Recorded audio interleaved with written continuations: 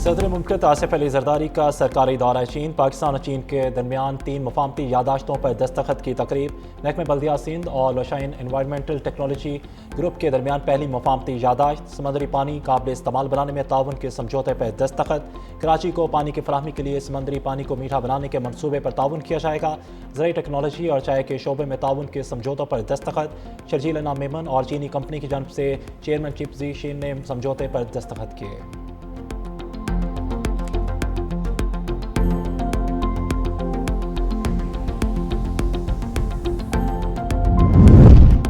پنجاب کی زمین کے مالک یہاں کے عوام ہیں۔ اپنا کھیت اپنا روزگار اسکیم وے زمین کاشتکاروں کے لیے ہے۔ وزیر اطلاعات پنجاب اسما بخاری کی پریس کانفرنس۔ کہا کہ کاشتکاروں کو زمین 10 سالہ لیز پر دی جائے گی۔ اسکیم سے 88,000 سے زائد خاندان مستفید ہوں گے۔ وزیر اعلیٰ مریم نواز کے دور حکومت میں پنجاب کے اندر مسالی کام ہوئے۔ منصوبے سے بے روزگار لوگوں کو مدد ملے گی۔ تمام ویب سائٹ پر اراضی دکھا دی گئی ہے۔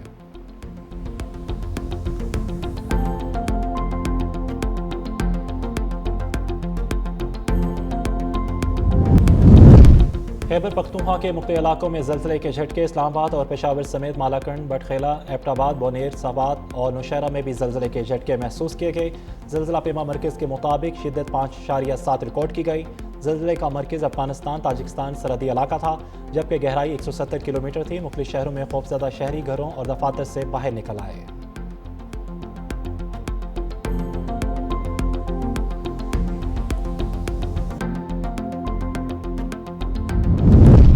اسلام آباد میں امریکہ ایران مذاکرات کے باعث فیض آباد میں 9 روزہ بندش کے بعد معمولات زندگی بحال۔ ٹرانسپورٹ اڈے، ہوٹلز اور ریسٹورنٹس کھل گئے۔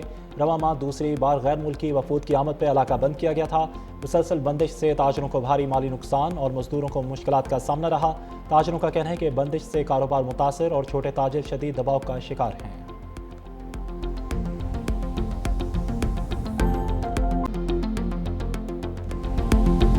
جنوبی وزیرستان کے علاقے انگور اڈا زلول خیل میں افغان اشتعال انگیزی میں اور در اندازی کی کوشش ناکام۔ پاک فوج نے بروقت کارروائی سے فتنہ خارج کے عزائم ناکام بنا دیے۔ متعدد پوسٹیں تباہ۔ ناکامی کے بعد افغان طالبان کی جانب سے سول آبادی پر فائرنگ۔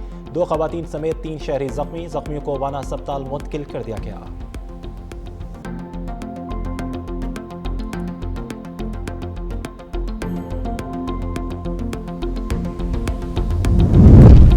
خیبر پختونخوا کے مختلف علاقوں میں زلزلے کے جھٹکے۔ اسلام آباد اور پشاور سمیت مالاکنڈ، بٹخیلہ، ایبٹ آباد، بونیر، سوات اور نوشہرہ میں بھی زلزلے کے جھٹکے محسوس کیے گئے۔ زلزلہ پیما مرکز کے مطابق شدت 5.7 ریکارڈ کی گئی۔ زلزلے کا مرکز افغانستان تاجکستان سرحدی علاقہ تھا، جبکہ گہرائی 170 کلومیٹر تھی۔ مختلف شہروں میں خوفزدہ شہری گھروں اور دفاتر سے باہر نکل آئے۔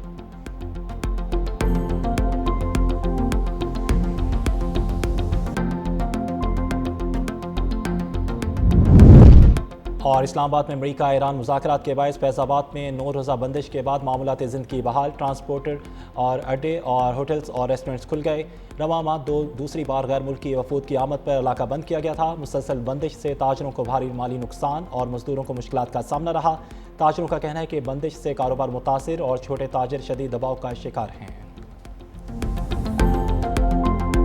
جنگ بندی کی کوششیں تیز۔ پاکستان میں فیلڈ مارشل سید عاصم منیر اور نائب وزیر اعظم اسحاق ڈار سے ملاقات کے بعد ایرانی وزیر خارجہ عباس اراغچی سیدھے ماسکو پہنچ گئے۔ اہم روسی حکام نے استقبال کیا۔ عباس اراغچی روسی صدر پیوٹن سے ملاقات کریں گے۔ عباس اراغچی روس میں میڈیا سے گفتگو میں بولے کہ پاکستان کا دورہ انتہائی مفید رہا۔ حکام کے ساتھ مثبت مشاورت ہوئی۔ ایران اور ماسکو کے درمیان علاقائی اور عالمی امور پر قریبی مشاورت جاری رکھنے کے مقصد سے روس آیا ہوں۔ ملاقات جنگ کی پیش رفت اور موجودہ صورتحال کا جائزہ لینے کا اچھا موقع ہوگا۔ یقین ہے کہ دونوں ممالک کے درمیان مشاورت اور ہم آہنگی خاص اہمیت کی حامل ہوگی۔ ایرانی میڈیا ارینا کے مطابق ایرانی وزیر خارجہ عباس اراغچی پرواز مناب 168 کے ذریعے روس پہنچے۔ مناب کو ایران میں شہید بچوں کے اسکول سے منسوب کیا گیا ہے۔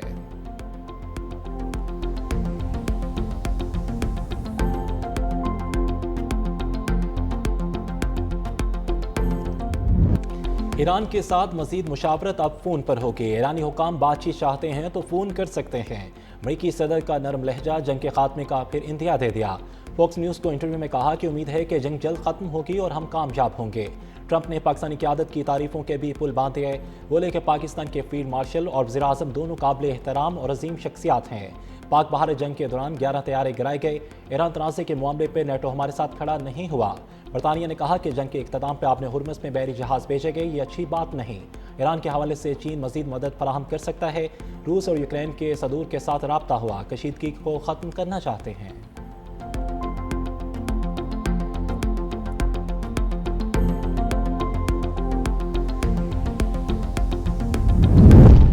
دباؤ کے ساتھ بات چیت کسی صورت ممکن نہیں۔ ایرانی صدر مسعود پزشکیان کا دو ٹوک بیان، کہتے ہیں کہ پابندیاں اور دباؤ مذاکرات میں سب سے بڑی رکاوٹ ہیں۔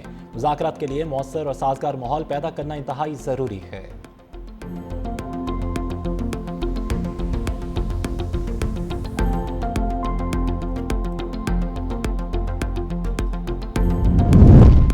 ایرانی وفد کا دورہ دو طرفہ تعلقات، خطے کی صورتحال پر مشاورت کے لیے تھا۔ حکومت پاکستان پاک فوج اور عوام کا تہہ دل سے شکریہ ادا کرتے ہیں۔ ایرانی سفیر رضا امیری مقدم کا ایکس پر بیان، کہا کہ وزیر اعظم اور فیلڈ مارشل کی امن کوششوں کو خصوصی طور پر سراہتے ہیں۔ پاکستان نے جنگ کے خاتمے اور خطے میں پائیدار امن کے لیے مؤثر کردار ادا کیا۔ ایرانی وفد کا دورہ مکمل سیکیورٹی، تحفظ اور پرسکون ماحول میں مکمل ہوا۔ پاک فوج، سیکیورٹی فورسز، پولیس اور سرکاری اداروں کے اہلکاروں کے ممنون ہیں۔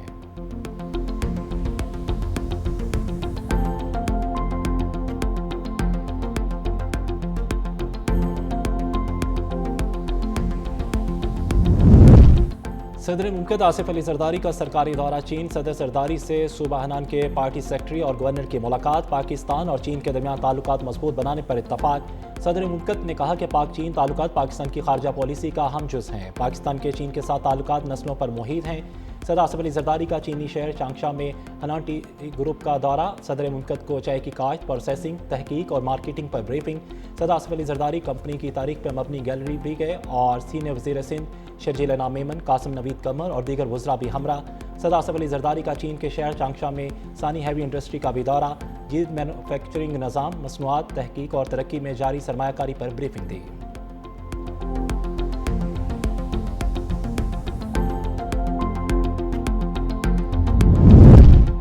امریکہ ایران براہ راست مذاکرات میں تعطل، ایشیائی منڈیوں میں خام تیل کی قیمت میں اضافہ، بیرل خام تیل کی قیمت 2.2% اضافے کے بعد $107.70 فی بیرل ہو گئی۔ امریکی منڈی میں خام تیل 2.1% اضافے کے ساتھ فی بیرل $96.40 میں فروخت۔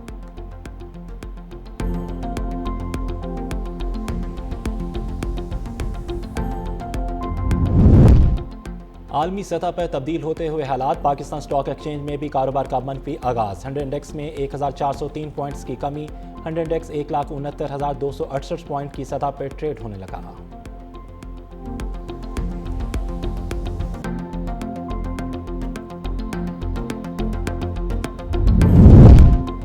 اسلام آباد میں راستے کھل گئے، اساکڈار کا اسلام آباد ریڈ زون کے اعتراف، ٹریفک پابندیاں ختم کرنے کا اعلان۔ سوشل میڈیا پہ لکھا کہ اہل پاکستان بالخصوص اسلام آباد اور راولپنڈی کے شہریوں کے تعاون پر دل کی گہرائیوں سے شکریہ ادا کرتا ہوں۔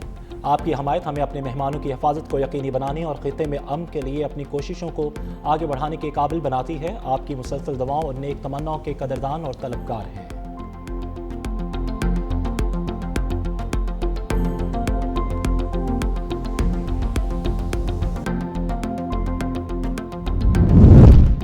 اسلام آباد میں تجاوزات کے خلاف آپریشن، میریٹ اور ایوب چوک کے قریب گرین بیلٹ پر قائم ایف سی کیمپ آفس مسمار کر دیا۔ وفاقی وزیر داخلہ محسن نقوی کی زیر نگرانی آپریشن کیا گیا۔ وزیر داخلہ نے کہا کہ اسلام آباد میں بلا تفریق غیر قانونی تعمیرات اور تجاوزات کو مسمار کیا جا رہا ہے۔ ایف سی کیمپ آفس کے لیے متبادل قانونی جگہ فراہم کی جائے گی۔ تجاوزات اور قبضہ مافیا کے خلاف زیرو ٹالرنس پالیسی ہے۔ اسلام آباد کو اصل حالت میں بحال کرنا اور تجاوزات کا مکمل خاتمہ ترجیح ہے۔